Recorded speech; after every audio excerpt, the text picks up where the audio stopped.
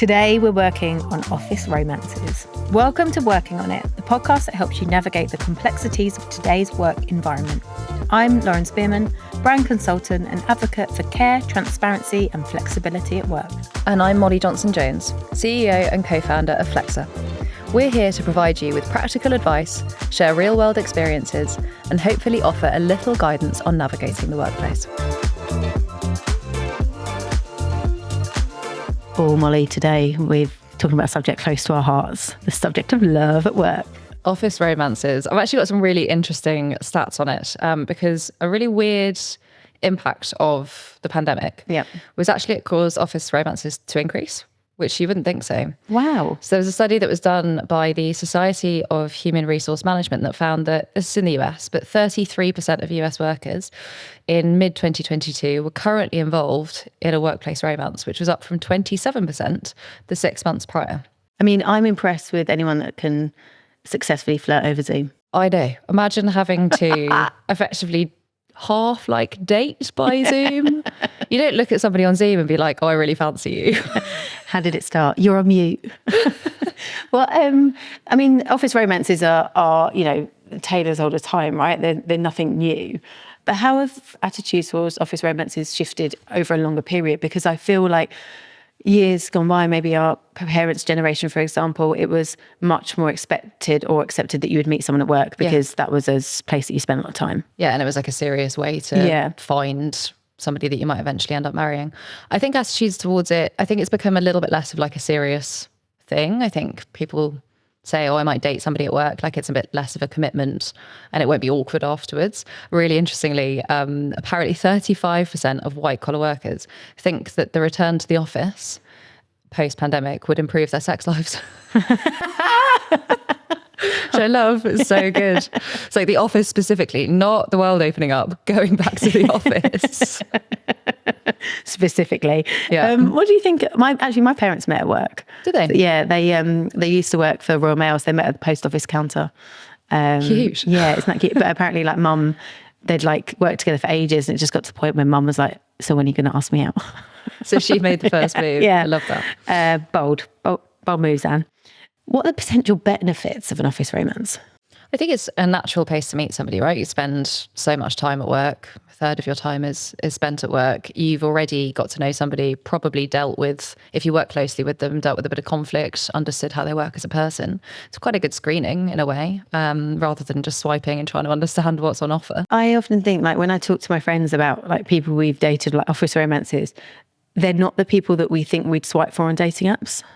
Because that sort of like, because you've got to know them. Yeah. I think you in your, I mean, I hate the notion of dating apps anyway. It's so frivolous, but you have this thing in your head of this is what I'm looking for, and you're judging people in half a second.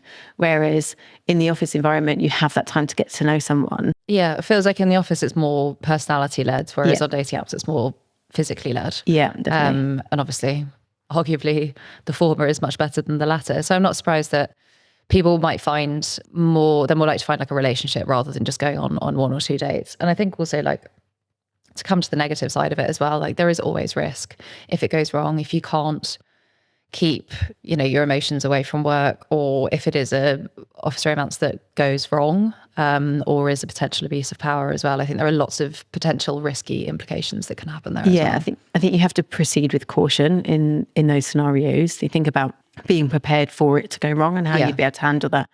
And, if it does get something more serious, what is the discussion around, does one of us leave? Do we Which often happens, right? When things get serious, people can be like, oh, it might make sense for one of us to move on or go somewhere else.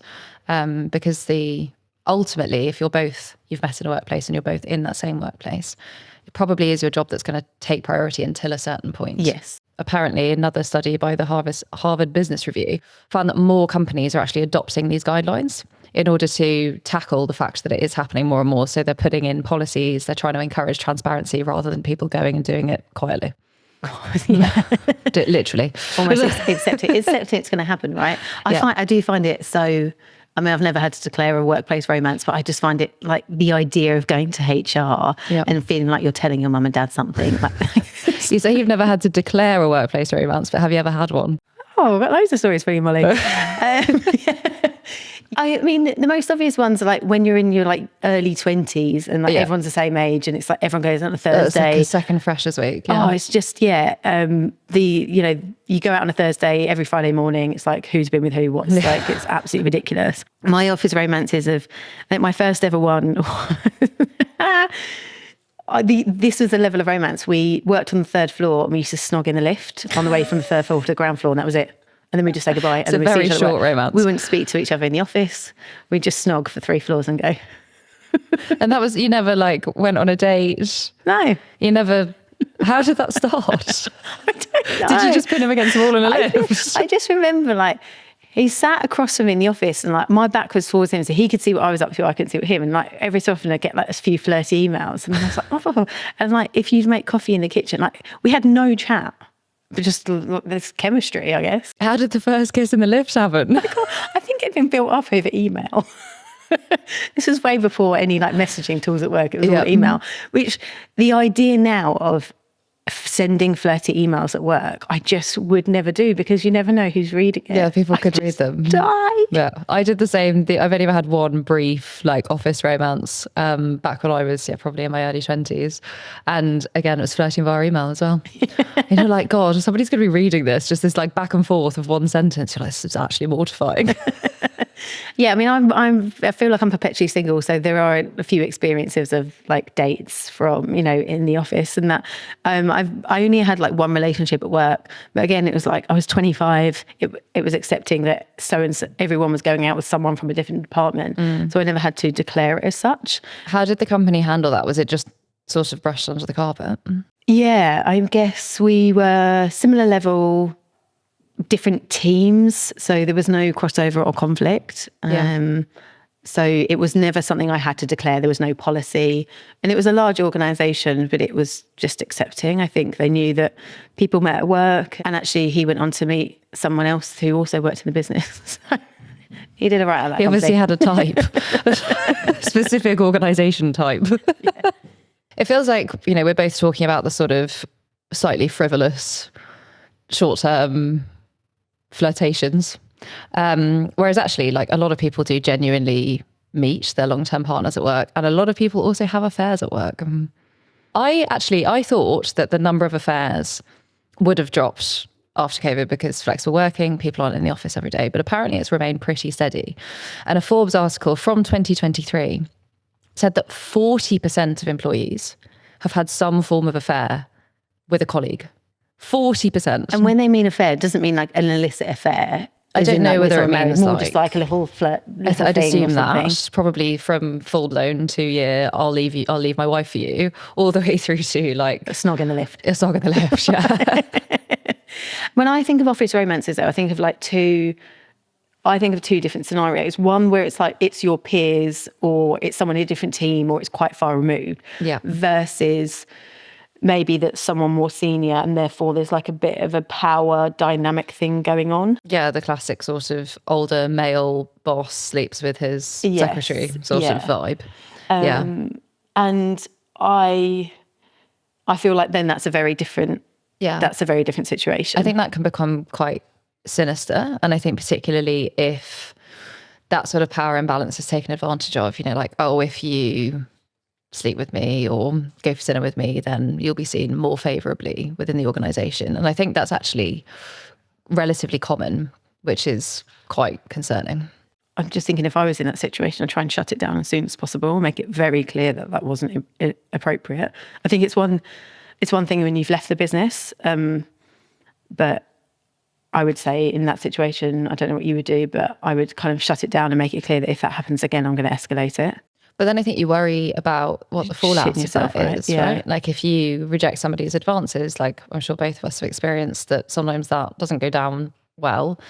And if you're doing that with somebody who is your boss or who is a superior in the organisation, like I'm sure a lot of people really feel quite a lot of pressure to go along with things to a certain extent. Yeah. And then I guess we need to flip that and think about actually we should be addressing the person who's more senior, right? They shouldn't be putting someone in that situation in the first place. Yeah. Because it is abuse of power. It's always going to, it shouldn't, but it often will reflect on the person that is more junior. Yeah. And I think as we get more obviously there are stereotypes, and it's not always that people will fall into the stereotypes, but it is often older men with younger women. And I think as we get more representation in senior leadership, where there are more senior women in those positions, maybe more people that can see what's happening or just not do that, then hopefully the workplace becomes less common in working environments. Yeah. On that note, so I've started dating someone more recently who was in an old job, more senior than me, and absolutely nothing happened. This was like years ago. But we were having this discussion about, like, would anything have ever happened at work? And both he and I were like, categorically no. Why did you both say no? One, because he was very senior, I was junior. So it just would not have even been on my radar. And actually, one thing I did say to him is, anytime we ever had a conversation at work, I would try and wrap up the conversation as soon as possible, because I was so shy about fucking things up that I would just want to end the conversation. Did you fancy him then? No. Immediately, no. As in, it wasn't even on my radar. Yeah. But I asked him how he saw, dating at work, and he was like, absolutely, I would not have dreamt of putting myself in that situation.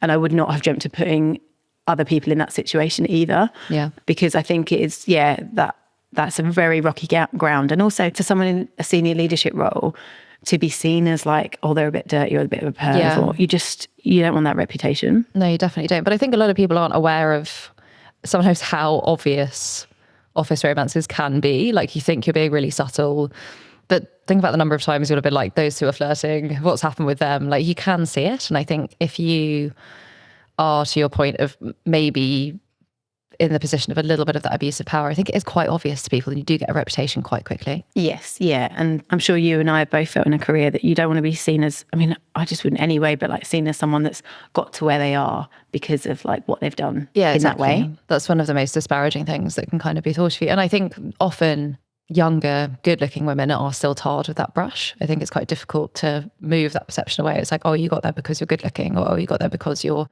flirting with this person, or whatever it might be. And I think that becomes quite problematic as a narrative, because you're assuming that they're getting there because of the way that they look, or because of the way that they completely act. overlooking their talent or ability. Exactly. This is a reminder that you're listening to Working On It, the show that unpacks the realities of the modern workplace. We're your hosts, Lauren Spearman and Molly Johnson-Jones. Time for a quick ad break. Ever freeze up before a big presentation? For many of us, public speaking can be absolutely nerve-wracking. But it doesn't have to be. After coaching thousands of clients and students, our friends at Ultra Speaking have put together the ultimate public speaking playbook, a free mini course breaking down some of their most powerful techniques to help you to become a more engaging speaker in just 5 days. So, are you ready to overcome your public anxiety and change your career trajectory? Head to ultraspeaking.com/Flexer to get instant access to the mini course, or click the link in the show notes. And I think a lot of people have actually got quite a funny story about people being really unsubtle at work.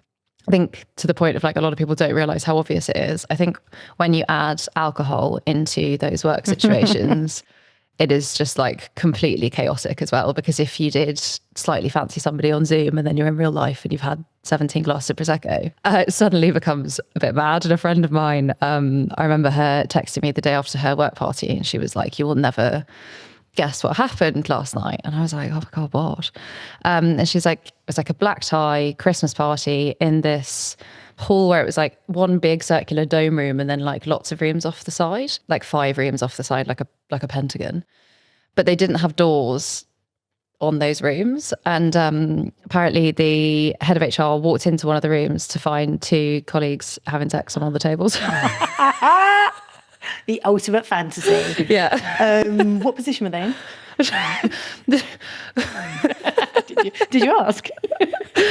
I believe it was your standard one on the table, nice. The other one standing Classic. up. I thought you were like marketing, products. One was in marketing. That's not what I was asking. But I guess maybe that is part of the thrill, though, of an office romance, right? It's the thrill of getting caught. Yeah, but close the door. Like, but I also love the idea of Zoom calls being like foreplay, and then you finally get to meet in person. I feel like you're now living your fantasies for a very long time ago with this guy. Should we move on? Have you ever had your boss fancy you? No. No, I've also had mostly female bosses. But Does not be on the realms of possibility. I did once have a slight affair with someone that was the same level as me, and still to this day, no one knows about it. They thought we hated each other at work because we used to fight at work all the time. So it was like the best cover up, and I genuinely hated him at work. But how did that dynamic change? The Christmas party. And things changed. Things changed. No, the Christmas party, and then New Year, we were on a Zoom call, and he went, "So when am I taking you out for dinner?" I was like, "Okay, I think that's a date." Oh. So he kind of progressed that one on. Yeah. Have you had a boss fancy you? No, I've been in some strange situations from that sort of like slight abuse of power dynamic. Like I started off my career when I was about 18, so I took a gap year, and I did like some more than work experience, kind of like really long internships, basically the whole year. And there were a couple of situations that I found myself in that were uncomfortable. Not so much like somebody trying to start an affair with me, but you know, situations where you'd be at a client dinner and somebody would suggest that you sit on their lap. Or like somebody getting in the lift and being like, "Should we go somewhere?" And you'd be like, "This is just," I was 18. These people were, you know, at the time they feel old, probably in their 40s at that time, but like it was a significant jump. That's a huge gap. Yeah. Also just where you are in life experience and things like that. Yeah. And that felt very uncomfortable. And it doesn't feel like there's anyone you can go to about that kind of thing because nothing's happened, really. It's these like micro flirtations or micro things that you don't feel like in isolation, they don't feel like enough to say anything. And, you know, back 12, 15 years ago, raising those kind of things as a grievance was not normal. It was very much swept under the rug and nobody talked about it. Whereas now I feel like it would be a much safer space to be able to go to HR, and it's a perfectly legitimate thing to say I was made to feel really uncomfortable. But then again, you do worry, is that going to go back to them? Are you going to be named? Is that going to affect you? I also think one of the biggest worries thinking about that situation is, okay, I'm going to go to, say it is someone really senior. They are important to the business. Yeah. And therefore it's going to carry on because the business doesn't want to lose them. So exactly. Unless something so bad happens that they know that they can't PR their way out of it. Yeah. Whereas if it's just a minor thing, it's probably just a slap on the wrist and are you sure that happened? Get moved. Or, you get moved apartment or things are quiet. So I think it's a really difficult power dynamic to handle. And I think as an individual, often if you're on the receiving end of it, I think you have to be conscious of making sure that it's handled very delicately, because also, you know, we're kind of talking about it being sinister here, but sometimes it can be a bit innocent and just like an approach, and you wouldn't want to tar somebody with a brush of being a creep or abusing power when, you know, maybe it is just sort of an innocent flirtation. I don't know, just thinking about like something where they've like hugged you a bit too long or it felt a bit wrong, it feels like that may be totally innocent, but if it makes you feel uncomfortable, then it's... Some people are just a bit weird as well, and they don't know what to do in those situations. But to your point, if you felt uncomfortable, what do you do with that? I mean, maybe it's a more than once behaviour or something along those lines. Do you think this is a reason why companies should or shouldn't have policies around workplace romances? Or I think given that it is so common, it is quite important for companies to consider what they will do in those situations. And then as a company grows, like anything, it's better to start to put things in writing and policies. I guess just quite a difficult one to word. It has to sort of be more about behavior and about the steps to take rather than like, you cannot do this or you must do this, because every situation is going to be quite different, right? So I know obviously we've talked about the fact that more companies have those guidelines in place. I think that's really important from a safeguarding perspective as well. And to make sure that there's somebody that an individual can go to if they do feel uncomfortable. Yeah. What about if you're managing a team that have two people that are having an affair or a romance or a full-blown relationship? I guess you've got to think about what's right for the business, right? And and if you're if you're officially aware of it, or if it's unofficially aware of it, it's a difficult thing, I think. I've never had to manage people in a relationship, never really had experience of it, but I guess it comes down to, is it affecting their performance or affecting the business? If no, and it's all fine, then probably doesn't really make any difference. Like I run a business with my husband. You know, everyone does know that. We don't have a guideline on it. How do you navigate that? I was actually talking about that this morning with a potential investor. I think a lot of people are often very curious about it, because you get two parties. You either get people that are like, oh, that'd be lovely.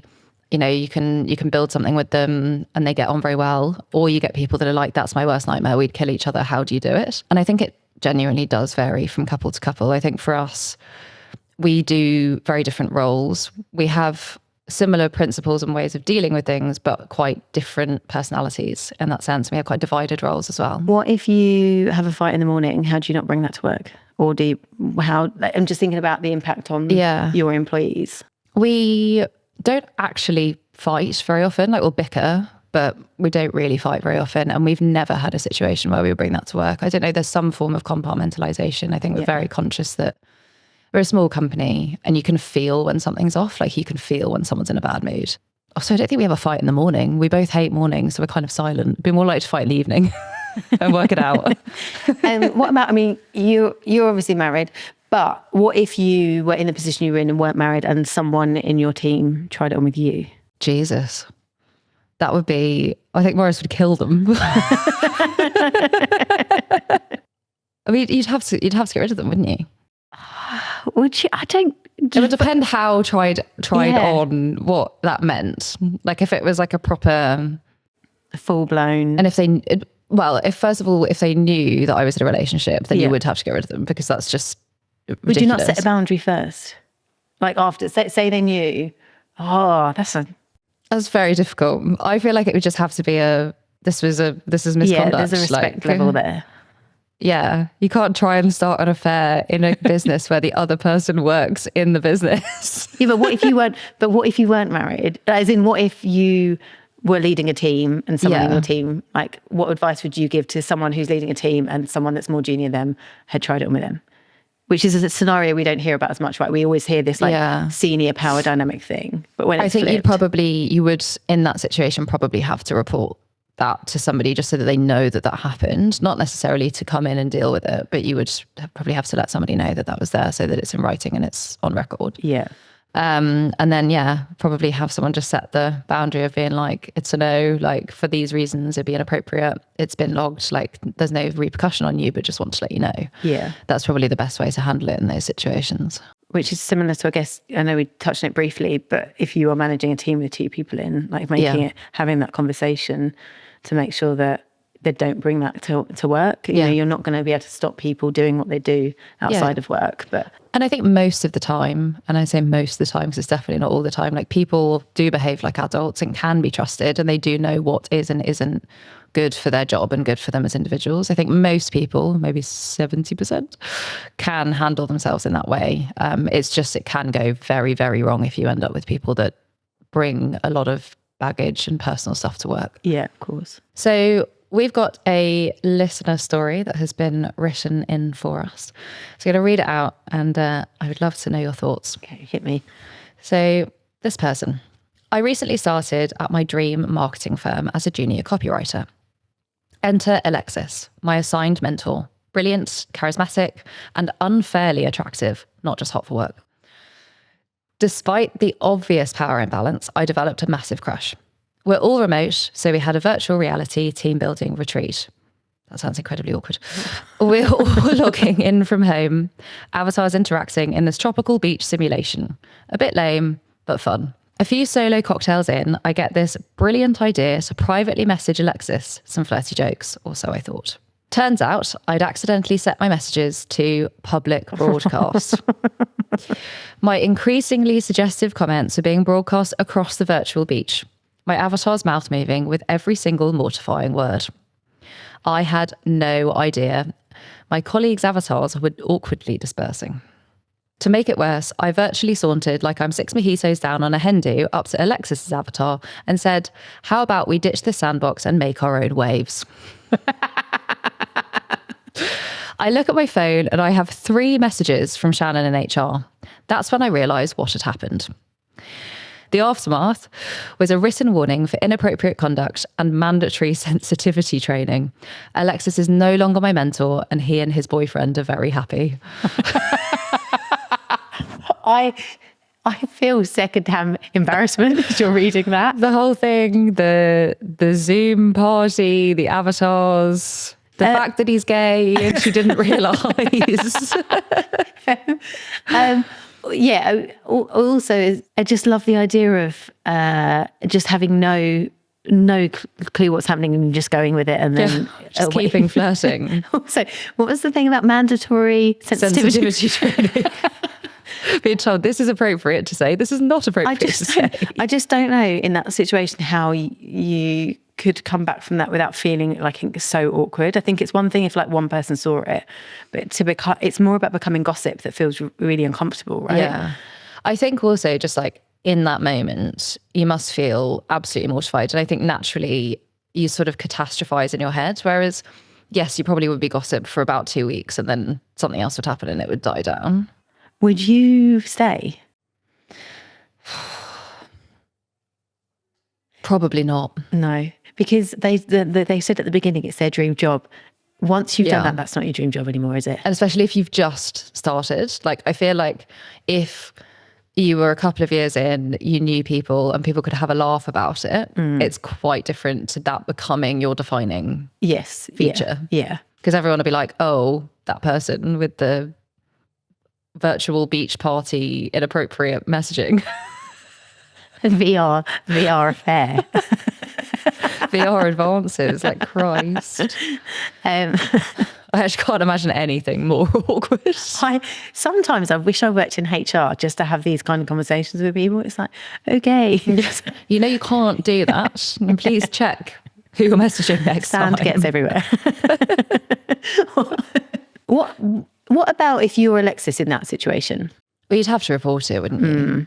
Yeah, I mean, in that instance, they didn't need to because it was so glaringly obvious. Yeah, but I think if that had happened privately, then I think, you would have to report it. Yeah. And it would depend on how you felt about it. You know, if it was a bit silly and not very sinister at all, you'd just be like, some inappropriate messages. But if it made you feel like genuinely very uncomfortable, then it's a kind of different conversation around it. Yeah, I guess also like to protect yourself, because if you are more senior in that dynamic, you never know how things could switch or flip. Yeah, exactly. And then I think it becomes quite problematic if there's not a paper trail of what's happened. Yeah, of course. Yeah. So, like, Molly, what have we learned today? I think first and foremost, you can't stop office romances. No. Like, they're going to happen. As 35% of Americans said, returning to the office was going to improve their sex life. Like, if that many people are thinking about it, it's naturally going to happen. I think companies do need to think about having guidelines and policies and a safe process in place to make sure that it doesn't go wrong. And I think from an employee's point of view, you need to proceed with caution a little bit. It's all fun and games, but what if it doesn't all work out? And make sure that there is some compartmentalization between work and your personal life, because it can't start to seep in. Yeah, absolutely. I mean, this has been a salacious episode. If we think about what we've covered, think about the stories we haven't shared. Yeah. I mean, there is only so much that I would be willing to publicly share. I've really enjoyed this episode. Thank you. It's been great. So I think that's probably about it for today. We've discussed a lot. So how can our listeners reach out and share their own stories or ask us questions for future episodes? You can reach out to us on Instagram at workingonit.pod or email us hello@workingonit.show. What are we going to be talking about next time on the pod, Molly? Next time on the podcast, we'll be talking about a topic close to my heart, getting fired. Ooh. We'll be exploring the different ways that you could be fired, understanding your rights, and also discuss how to manage the situation when interviewing for new opportunities. Thank you for listening, and we'll see you next time. Until then, keep working on it.